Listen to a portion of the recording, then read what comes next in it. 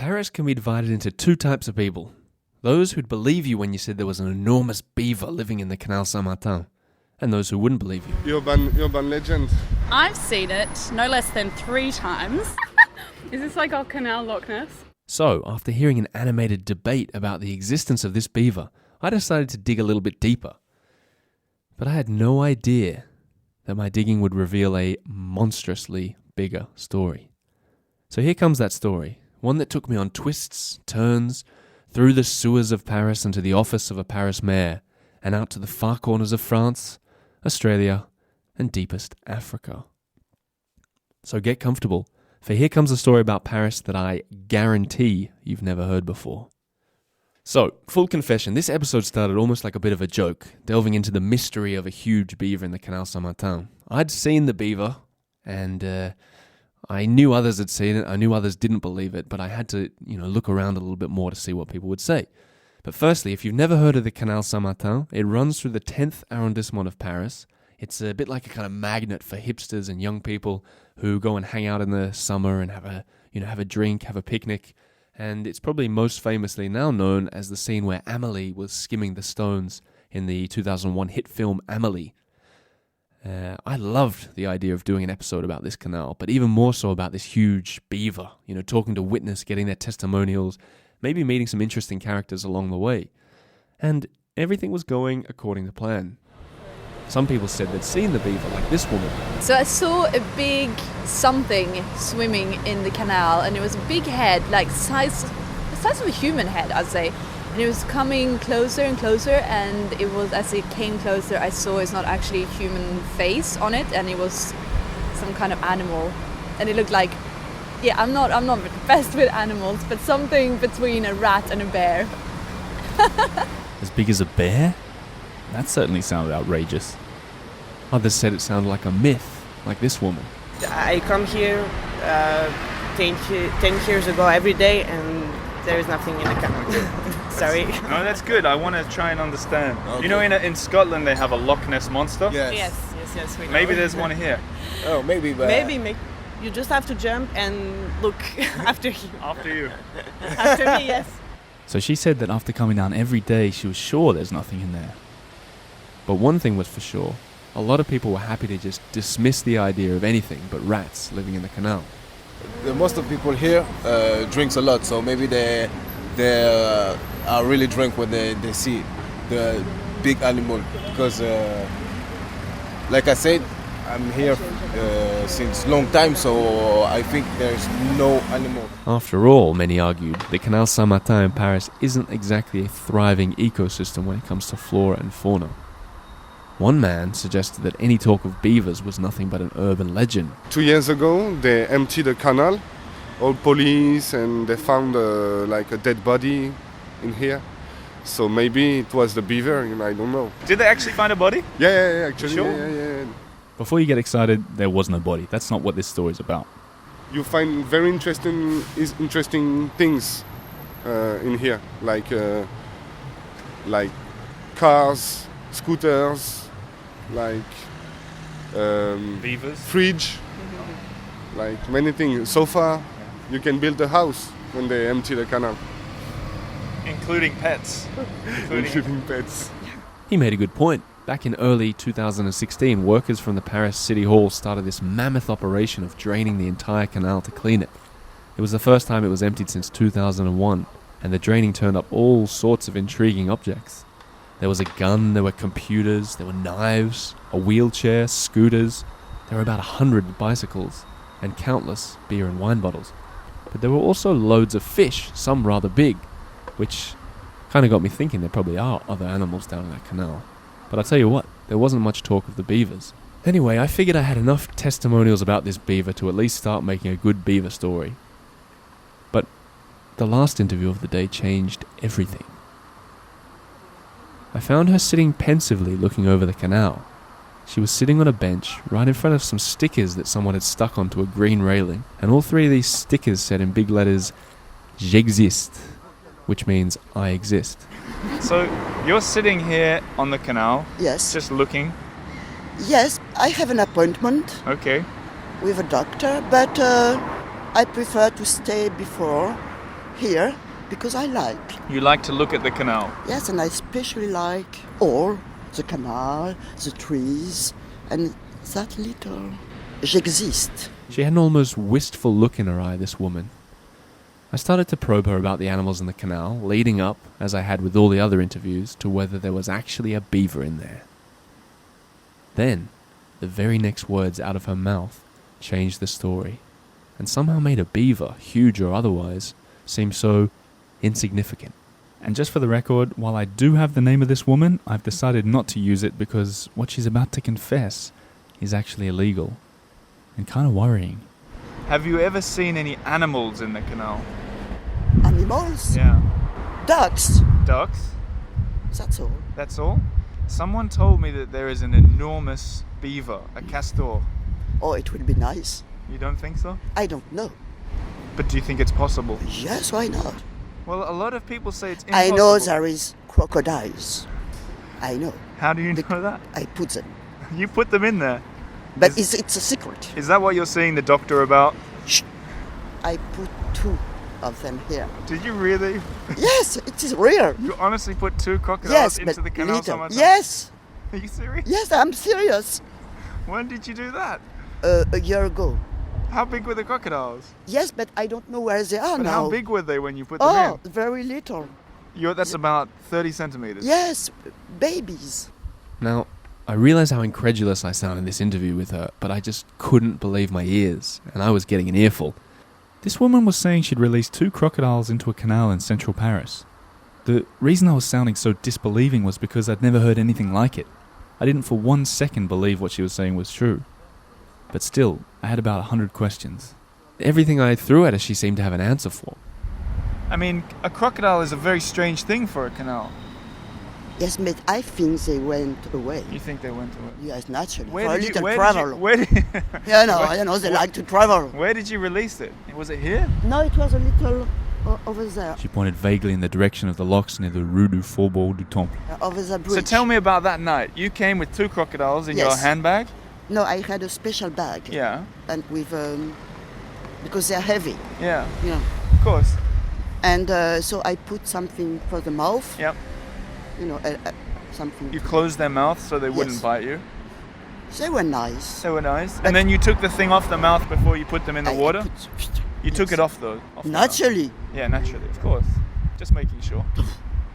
And then they swam away. Oh yes, very happy. They even didn't say goodbye. They didn't say goodbye. No. See you later, alligator. Now, she said she was only available for 5 minutes, but we'd been talking for 15, and she indicated that she really had to go. So I asked her one last question. How did you first find the crocodiles? Did someone say, hey, come with me, I want to Because show one you? time I had a very big problem. I have a basement, and in that basement I have a special things to go inside Paris. You know, égout de Yeah, Paris. the sewers, yeah, the sewers. Yes. So your you basement have connects to lake, the sewers. and after the door for the basement was almost kaput. Broken. And broken. So people from outside, specialists came, and so they told me about rats and things, so I could go with them. Yeah. So that's why with But lights. who were they? They were... From Mairie de Paris. So the town hall Yes. took you with Yes, big but boots, there were 5. 5 of them. There were 5 of them. And did they saw the crocodile? They showed you the crocodile? Yes, and rats. That was. So if I call the Marie de Paris... Yes, yes, you have the proof. That's the proof. In short, the woman told me that after a problem with the doorway connecting her basement to the sewers, 5 town hall workers not only led her into the sewer, but pointed out the various animals living down there, including crocodiles. This was at her home in the Marais district of Paris, where she said that the workers, who were wearing thigh-high rubber boots, decided to let her take 2 baby crocodiles home with her. Again, it's clear in my voice that I had my doubts, but how could I have expected she'd tell me this? When I asked her later why she told me, she just said, because you asked. It just didn't make sense. Nothing seemed very clear. But one thing was clear. I had to take it to the top. I had to take it to the town hall, just as she had almost challenged me to do. Regular listeners might remember in Season 1 I spoke with the mayor of the Marais, Christophe Girard. It was time to pay him a visit. I'm not sure it could be possible that there would be crocodiles in the rivers, in the Seine or in the Canal Saint-Martin in Paris. I really doubt it. We always heard stories about, strange things in Paris, and I hope it would continue. But, I heard that the story of in the 80s, there were crocodiles or other animals, strange, but I never saw any. So, the mayor said that it was possible, but stopped short on confirming it. But what was he talking about this story of the 80s? When I asked him more, he just indicated that our time was up. After all, Paris mayors have better things to do than talk to podcasters about crocodiles. But this idea of the crocodile story in the 80s, I just couldn't shake it. And if there was some kind of crocodile activity 30 years ago, it somehow felt like the old lady's story was a bit more plausible. I turned to Corey Fry, a regular on this show and the man I always turn to when it comes to Paris mysteries. I wanted to see what he thought. So he was in the studio with me recently, and when I told him about my visit to the mayor and the crocodile stories from the 80s, his eyes lit up and he immediately said, Pont Neuf, referring to the oldest bridge in Paris that crosses the Seine River. I pressed record and asked him to tell me more.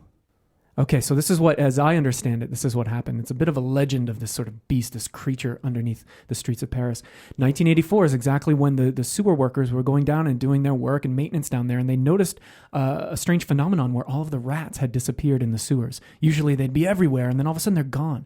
So they decided to investigate further, and they found that they discovered there was a creature underneath it, literally a crocodile. It was determined that it was from the Nile somehow. Was it a pet that someone, abandoned, or did it escape from some sort of habitation or something?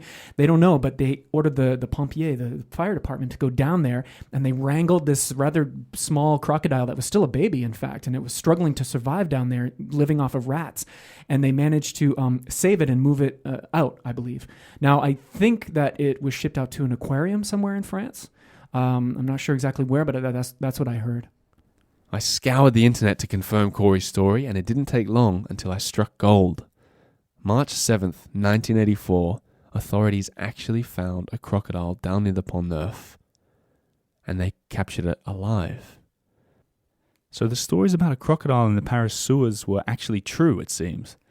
Newspaper articles from the time said that the female crocodile was about 2 years old when it was found, and that it was going to be sent to some kind of zoo. Now, the papers didn't have any more information about where it would be sent, but the story got me thinking. How long did this crocodile survive in the Paris waterways before it was caught? And whatever became of it afterwards? So, I'm no mathematician, but if the Seine crocodile was alive today, that would make it 35 years old. I figured if I could prove that the crocodile survived in some kind of zoo somewhere, it would show me that a life in the Paris waterways perhaps wouldn't kill off a small crocodile after all. Or even two. I searched online to find zoos and aquariums in Paris to see if they had any big crocodiles that were connected to the Paris sewers from 1984, but I found nothing at all.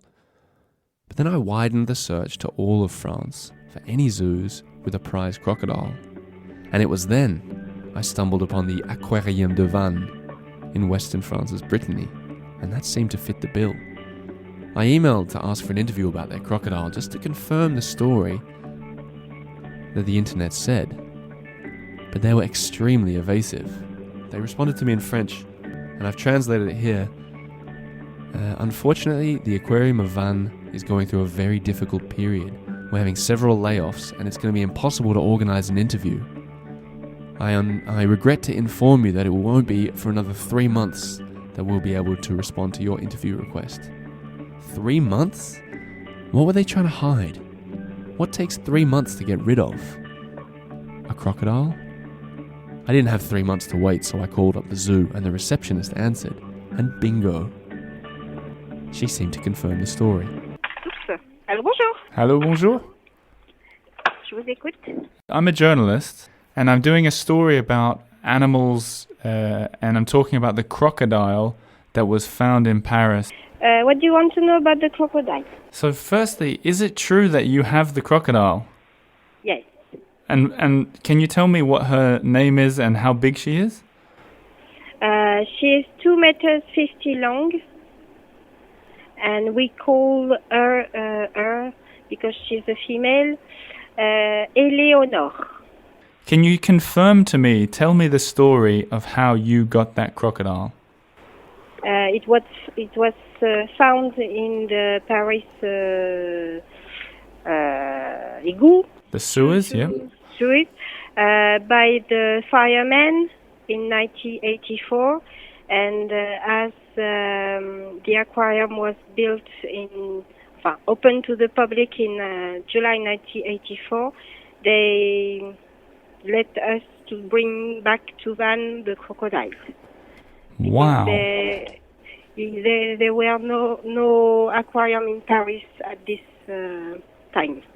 Is it? Do you think it's unusual that they found a crocodile in Paris? I don't think so, because there are lots of strange animals in Paris. So do you think there are more crocodiles in the sewers? Sure. You think definitely more crocodiles? Crocodile and other exotic animals. Are you kidding me? The aquarium worker had no doubts there'd be crocodiles living in the Paris waterways. What seemed to me at first like a joke from the old lady, that she'd let 2 crocodiles loose in the canals, all of a sudden seemed more plausible every second I looked into it. And as for Eleanor, the 35-year-old croc that once lived in the Paris sewers, well, I've since watched some videos online and she is a real monster now. Just the fact that it was living in the sewers for, who knows, it could have been a day, it could have been 2 years, and it survived to be a fully grown 35-year-old adult, got me thinking. Was it the only one that survived? Could they survive in the canals of Paris if they can survive in the sewers? I had all these questions. I needed to talk to another expert. What I really needed was a marine biologist, preferably one who knows about crocodiles. But with all these tall tales going around, I needed someone that I could trust. Luckily, my brother is a marine biologist in Australia, and he specializes in marine reptiles.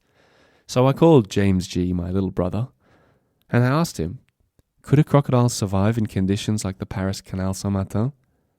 And if they could, how big would these ones be a year on from when they were released? I think that crocodiles, being the sort of opportunistic and sort of adaptable creatures that they are, as long as the levels of pollution weren't too high, I think that they certainly could have survived. Whether or not they would continue to survive is another question, but there's definitely a chance. In a year's time, it could have easily passed the metre mark, and given that they've got quite fast growth rates at a young age, could certainly be well over 2 metres in a few years' time. And how heavy would it be now? How heavy would they be? There's 2 of them. I'd say if it is around the metre mark, it could be almost up to sort of 80 to 100 kilo mark. They grow fairly quickly. They've got a varied source of food, so they can survive on things like fish or birds or even small mammals. Interesting you say that, because I initially started this story looking into beavers. So would they eat beavers? Oh, certainly. If there was a healthy beaver population nearby, then they could certainly put on some weight fairly quickly and grow to a decent size. A beaver is certainly a perfect food source for a growing crocodile. Funny that beavers would be a perfect food source. Could that explain why Paris is so divided as to whether they've seen beavers in the canal before? Could it be because they're here one day, gone the next? It all got me thinking though, beavers aside. With 2 growing crocodiles in the canal, would that make it dangerous to swim? And if not now, what about in the future?